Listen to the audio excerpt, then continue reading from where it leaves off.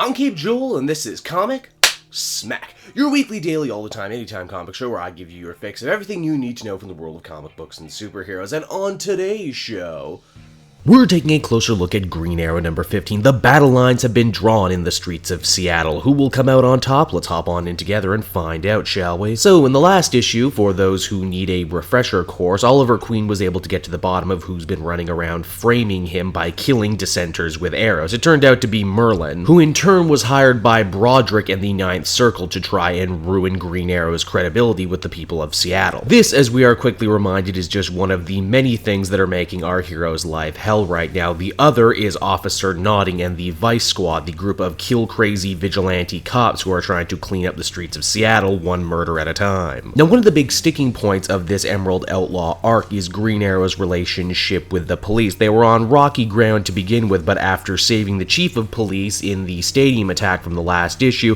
Oliver wants to make a good go at showing that he's on the boys in blue side. And in all honesty, the cops could use all the help they could get right now. They are really undermanned and unable to deal with a nut job like Notting and his group of Hellgas cosplayers along with all their advanced weapons. And you know, it just wouldn't be a good Green Arrow story if there wasn't a little bit of political commentary on display here. One of the dudes that the Vice Squad kills is a guy who was only in jail on a low-level drug offense for marijuana. Marijuana has now been made legal in Seattle, and yet they shoot this poor SOB anyway. The big action set piece of this issue involves Green Arrow, Black Canary, and the police force trying to hunt down the Vice Squad as they tear through the city streets in their armored personnel carrier. Officer Notting, who I mentioned before, his last name sounds very much like a reference to Nottingham from the old Robin Hood stories, gets a pretty decent villainous speech in here where he says, "What's the difference between you and I, Green Arrow, except for the fact that I'm willing to go all the way in cleaning the filth?" The funny thing is, though, and to properly talk about this, I'm going to have to spoil the ending just a little bit here. It's not actually Green Arrow who defeats Notting. Notting is instead defeated by the return of Green Arrow's sister, Imiko, who has since taken up a brand new superhero name in her time away. What's she calling herself now? Well, Red Arrow, of course. Which I didn't actually know this because I don't watch Arrow, but apparently that's what the character Thea ended up calling herself at a certain point. FYI, Thea does not exist in the comics. So I suppose, much like the Tommy Merlin thing from the previous issue, this is the comics having a compromise with the TV show. Green Arrow number 15 was overall a pretty decent issue, even if I feel after all the stuff with Merlin and Broderick, the stuff with Notting and the Vice Squad felt a little less compelling. I mean, I know the crux of this story was to show that Oliver and the police department in Seattle can work together for the greater good of everyone in the city, but I kind of felt like I got that at the end of the previous issue and didn't need this little side adventure. It also kind of felt like it was the end of this story arc, only for me to discover there's actually 2 issues left in the Emerald Outlaw storyline, so go figure. I do like the idea of Imiko taking up the Red Arrow mantle. I mean, it was sitting around, and God knows Roy Harper will never use the name he should, so why not give it to someone else? I would also have enjoyed seeing her take up the mantle of Arrowette, considering we're probably never going to see Mia ever again, but hey, beggars can't be choosers, am I right? Overall, I'd give this issue a 7 out of 10. I think it hits a bit of a slump in the middle of this story, but I'm interested to see where the last 2 issues are going to take us. Hey everyone, thanks so much for watching my newest video. I hope you enjoyed it, and while you're here, why not check out another video I have on offer, or maybe if you're feeling in a supportive mood, you want to like or subscribe. And if you want to support the creation of more videos just like this one, then please by all means check out the Cape Joel Patreon. A little bit goes a very long way, and I will see you all next time.